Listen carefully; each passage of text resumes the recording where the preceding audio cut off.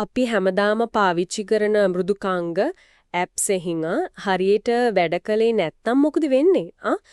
සමහර වෙලාවට ලොකු ප්‍රශ්න ඇති වෙන්න පුළුවන්, සල්ලි නැති වෙන්න පුළුවන්, කාලය, බිස්නස් එකේ නම පවා නේද? ඔව් ඔව් ඒක ඇත්ත. සමහර වෙලාවට ඊටත් වඩා බරපතල දේවල් අනතුරුණක් වෙන්න පුළුවන්. ඒකනේ. ඉතින් අද අපි කතා කරන්නේ මේකට විසඳුමක් වෙන මෘදුකාංග පරීක්ෂණය කියන දේ ගැන. මොකද්ද මේ කියන්නේ? ඇයි මේක වැදගත්? ඇත්තටම මේක නිකම්ම software එකක් දාලා බලනවට වඩා ගොඩක් ගැඹුරු දෙයක්. මේකෙන් කරන්නේ දෝෂ, ඒ කියන්නේ defects හොයාගන්න එක වගේම මෘදුකාංගයේ quality එක, ගුණාත්මක භාවය මනින එක. හරි. එතකොට අර පරීක්ෂණය කියන එක තව පොඩ්ඩක් පැහැදිලි කළොත් මේක නිකම් කෝඩ් එකක් රන් කරන එකම නෙවෙයි කියවනේ. කොහෙන්වත් නෑ. පරීක්ෂණය කියන්නේ ක්‍රියාකාරකම් ගොඩක්. දෝෂ හොයනවා, ඒ වගේම අර work products කියන දේවල්. ඒ කියන්නේ අවශ්‍යතා ලියවිලි, කෝඩ් එක වගේ දේවල් වල quality එක බලනවා.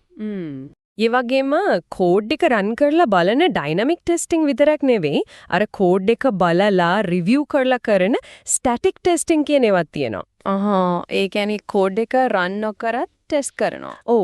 එතකොට වෙරිෆිකේෂන් ඒ කියන්නේ හදපු දේ රික්වයර්මන්ට්ස් වලට ගැලපෙනවද බලන එකයි. වැලිඩේෂන් ඒ කියන්නේ හදපු දේ ඇත්තටම යූසර්ගේ අවශ්‍යතාවය ඉටු කරනවද බලන එකයි. දෙකම මේකට අයිති. හරි. එතකොට මේ පරීක්ෂණ කරන එකේ ප්‍රධාන අරමුණ මොනවද? දෝෂ හොයන එක විතරමද? දෝෂ හොයන එක එකක්. හැබැයි ඒ විතරක් නෙවෙයි. අර කිව්වා වගේ work products ඇගීම. එතකොට මෘදුකාංගය නිසා වෙන්න පුරුවන් risk අඩු කරන්න උදව් කරන එක, requirements හරියට සම්පූර්ණ වෙලාද බලන එක. තීරණ ගන්න අයටත් උදව්වක් වෙනවා කිව්වා නේද? අනිවාර්යෙන්ම පාර්ශ්වකරුවන්ට ඒ කියන්නේ ස්ටේක්හෝල්ඩර්ස්ලාට තීරණ ගන්න අවශ්‍ය තොරතුරු දෙන එක අන්තිමට මේ software එක ගැන විශ්වාසයක් ගොඩනගන එක තරමුණක්. මේ අරමුණේ ඉතින් කරන ටෙස්ට් ලෙවල් එක ව්‍යාපෘතිය ස්වභාවය අනුව පොඩ්ඩක් වෙනස් වෙන්න පුළුවන්. ගොඩක් අය පටල ගන්න දෙයක් තමයි මේ ටෙස්ටිං සහ ඩීබගින් පරීක්ෂණයයි නිදෝස්කරණයයි. ඒ දෙකේ වෙනස මොකක්ද? ඔව් ඒකනම් ගොඩක් අය අහන දෙයක්. මෙහෙමයි. පරීක්ෂණයෙන් ඒ කියන්නේ ටෙස්ටිං වලින් කරන්නේ මෘදුකාංග මොකක් හරි අසාමාන්‍ය දෙයක් වෙනවා ෆේලියර් එකක් තියෙනවා කියලා හොයාගන්න එක. හරි. අසමත් වීමක්. ඔව් නැත්නම් අර ස්ටැටික් ටෙස්ටිං වලින් නම් සමහර වෙලට කෙලින්ම ඩිෆෙක්ට් එක දෝෂයම හොයාගන්නත් පුළුවන්. එතකොට නිදෝස්කරණ කියන්නේ ඩීබගින්. ඩීබගින් කියන්නේ අර හොයාගත්ත ෆේලියර් එකට හේතුව. ඒ කියන්නේ ඩිෆෙක්ට් එක දෝෂය මොකක්ද කියලා හොයලා කෝඩ් එකේ කොතනද අවුල තියෙන්නේ කියලා හොයන එක. හරියට හරි. ඒක හොයලා විශ්ලේෂණය කරලා ඒක කෝඩ් එකෙන් අයින් කරන එක. ඒක සාමාන්‍ය ඩෙවලොපර්ගේ වැඩක්. ඒක හදලා ඉවර වුණාම ආයෙත් බලනවා හරි ගියාද කියලා. ඒකට කියනවා කන්ෆර්මේෂන් ටෙස්ටිං කියලා. ඇයි මේ පරීක්ෂණය මෙච්චර වැදගත් වෙන්නේ? මොකද මේකට අමතර කාලයකුයි වියදමකුයි යනුවනේ නේද? ඒක ඇත්ත. කාලයයි සල්ලියයි යනවා. හැබැයි හිතන්න ප්‍රශ්නයක් දෝෂයක් තියෙනවා කියලා දැනගන්නේ යූසර්ලා පාවිච්චි කරන්න ගත්තට පස්සේ නෝ එතකොට යන්නේ වියදම නැති වෙන නම ඒ ඔක්කොම එක බැලුවම මුලදිම හොයාගෙන හදන්න එක ගොඩක් ලාභයි. ඒක ඇත්ත. ඒ වගේම quality එක ගැන අදහසක් ගන්න, requirements meet වෙනවද බලන්න අනිවාර්යයෙන්ම ටෙස්ටිං ඕන. සමහර වෙලාවට නීතිමය හේතු givisum නිසාත් ටෙස්ට් කරන්නම වෙනවා. එතකොට quality assurance QA කියන්නේත් මේ ටෙස්ටිංමද? නැත්නම් ඒකත් වෙනස්ද? නෑ නෑ. ඒ දෙකත් වෙනස්. ගොඩක් අය ඕකත් පටල ගන්නවා. QA කියන්නේ මුළු process එක දිහාම බලලා වැරදි වෙන්න කලින් වළක්වන්න හදන එක. preventive approach එකක්. ක්‍රියාවලිය හොඳ කරන එක. ඔව්. ක්‍රියාවලිය කේන්ද්‍ර කරගෙන යන්නේ. ටෙස්ටිං කියන්නේ product එක ඒ කියන්නේ හදපු දේ දිහා බලලා ඒකේ තියෙන වැරදි හොයලා නිවැරදි කරන එකට උදව් කරන එක. corrective. ඒ කියන්නේ ටෙස්ටිං කියන්නේ quality control QC වල කොටසක්. හරිම පැහැදිලි. දැන් අපි කතා කරමු මේ errors, defects, failures. වැරදි, දෝෂ, අසමත් වීම. මේ වචන ටික ගැන කොහොමද මේවා සම්බන්ධ වෙන්නේ? මෙහිමයි මුලින් මෙන්න මිනිස්සු. අපි වැරදි කරනවා. errors, හරි mistakes. කෝඩ් ලියද්දී හරි requirements ලියද්දී හරි. ඔව්. ඒ මිනිස්සු වැරද්ද නිසා තමයි කෝඩ් එකේ හරි documents වල හරි defect එකක්, ඒ කියන්නේ දෝෂයක් බග් එකක් හැදෙන්නේ. අන්නේ ඩිෆෙක්ට් එකක් තියෙන කෝඩ් කැල්ලක් රන් වුණොත් එතකොට බලාපොරොත්තු වෙන දේ නෙවෙයි වෙන්නේ. අන්න ඒකට කියනවා ෆේලියර් අස්මත් වීම කියලා. හැබැයි හැම ඩිෆෙක්ට් එකක්ම ෆේලියර් එකක් ඇති කරන්නේ නැහැ කියන්නේද? ඔව්. සමහර විට ඒ දෝෂයේ තියෙන කෝඩ් එක කවදාවත් රන් නොවෙන්න පුළුවන්.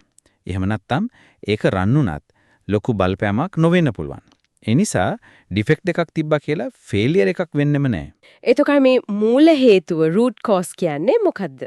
root cause කියන්නේ අර මුලින්ම උණු එරයකට මිනිස් වැරද්දට හේතු වුණු ගැඹුරුම කාරණය. සමහර වෙලාවට time pressure එක වෙන්න පුළුවන්, training මදිකම, technology එක සංකීර්ණ වීම.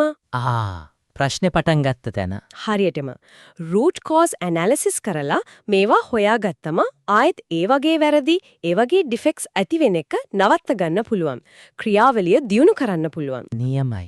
දැන් අපි එමුමි ටෙස්ටිං ප්‍රින්සිපල්ස් පරීක්ෂණ මූලධර්මවලට හැමෝම දැනන් ඉන්න ඕන දේවල් වගේ නේද මේ? අනිවාර්යෙන්ම. මේවා තමයි පාර පෙන්වන දේවල්. ප්‍රධාන ඒවා 7ක් තියෙනවා. කියමු බලන්න පළවෙනි එක. 1. පළවෙනි එක ටෙස්ටිං වලින් පෙන්වන්නේ ඩිෆෙක්ට්ස් තියනවා කියන එක විතරයි. ඩිෆෙක්ට්ස් නැහැ කියලා කවදාවත් 100%ක් ඔප්පු කරන්න බෑ. කොච්චර ටෙස්ට් කරත් තව ඩිෆෙක්ට් එකක් හැංගිලා තියෙන්න පුළුවන්. හරි. දෙවෙනි එක. දෙවෙනි එක exhaustive testing. ඒ කියන්නේ හිතන්න පුරන් හැම විදිහටම හැම ඉන්පුට් එකක්ම දාලා ටෙස්ට් කරන එක කරන්න බෑ. ඒක ප්‍රායෝගික නෑ. ඒ නිසා රිස්ක් එක බලලා ප්‍රයොරිටි එක බලලා තමයි ටෙස්ට් කරන්න ඕනේ. තුන්වෙනි එක තුන්වෙනි එක පුරුවන්තරම් කලින් ටෙස්ට් කරන්න පටන් ගන්න එක. early testing. එතකොට කාලයයි සල්ලියයි දෙකම ඉතුරුයි. මුලදීම හොයාගෙන ඩිෆෙක්ට් එකක් හදන්න ලේසි, වියදමත් අඩුයි. 4. 4. defects cluster together. ඒ කියන්නේ දෝෂ එක තැනකට ගොනු වෙනවා.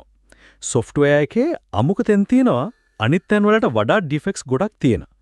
Pareto principle එක වඩේ. ඉතින් ඒ තැන් වලට වැඩි අවධානයක් දෙන්න ඕන. හරි. ඒ 4 පැහැදිලි. අනිත් 3 මොනවද? 5. පස්වෙනි එක. pesticide paradox. එකම ටෙස්ට් එක දිගටම රන් කරද්දී ඊවයින් අලුත් ඩිෆෙක්ට්ස් හොයාගන්න අමාරු වෙනවා. හරියට කෘමිනාශක වලට පලිබෝධකයෝ හුරු වෙනවා වගේ. ඒ නිසා ටෙස්ට් නිතරම රිවිව් කරලා අප්ඩේට් කරන්න ඕන. 6. 6. 6 වෙනි එක. testing is context dependent. ඒ කියන්නේ කරන ටෙස්ටිං එක කරන સંદર્ભය අනුව වෙනස් වෙනවා. දැන් ජීවිතාරක්ෂක පද්ධතියක් ටෙස්ට් කරන විදිහට නෙවෙයි නිකම් වෙබ්සයිට් එකක් ටෙස්ට් කරන්නේ. ඒකේ තියෙන රිස්ක් එක අවශ්‍යතා අනුව ටෙස්ටිං වෙනස් වෙන්න ඕන. හරිම වැදගත් කාරණයක්. අවසාන එක. 7. අන්තිම එක. absence of defects fallacy. ඒ කියන්නේ දෝෂ නැතිකම කියන මිත්‍යාව. හිතන්න software එකේ requirements ඔක්කොම හරියට වැඩ හොයාගත්ත defects ඔක්කොම හදලා ඒත් ඒක යූසර්ට ඕන දේ නෙවෙයි නම්. හරියටම ඒකෙන් යූසර්ගේ ඇත්ත අවශ්‍යතාවය ඉටු වෙන්න නැත්තම් බිස්නස් එකේ ගෝල් එකට යන්න බැරි නම් අර ඩිෆෙක්ට්ස් නැහැයි කියන එකෙන් වැඩක් නැහැ. අර කලින් කිව්ව වෙරිෆිකේෂන් වගේම වැලිඩේෂන් වැදගත් වෙන්නේ ඔතනදී. හදපු දේ හරිද බලනවා වගේම හදපු දේම දෝන කියලාත් බලන්න ඕන. නියමයි. එහෙනම් අද අපි ගොඩක් දේවල් කතා කළා. මෘදුකාංග පරීක්ෂණය කියන්නේ නිකම්ම කෝඩ් රන් කරන එකට එහා ගිය ගොඩක් වැදගත් සැලසුම් සහගත දෙයක් කියලා පැහැදිලි. ඒකට අරමුණු තියෙනවා, මූලධර්ම තියෙනවා. ඔව්. ඒ වගේම ඒක ඩීබගින් වලිනුයි QA වලිනුයි වෙනස් කියලා තේරුම් ගියානේ. අනිවාර්යයෙන්ම. වෙන්න දෙ වෙන්නේ නැහැ. එතකොට අර තාක්ෂණිකව 100ක් සතයක් හරි කියලා කරපු ටෙස්ටිං වලින් ඇත්තටම ලැබුණු වටිනාකම මොකද්ද? ඒක ඇත්තටම හිතන්න ඕන දෙයක්. වැලිඩේෂන් වලට එහා ගියේ වැලිඩේෂන් වල වැදගත්කම එතනදී හොලටම පේනවා.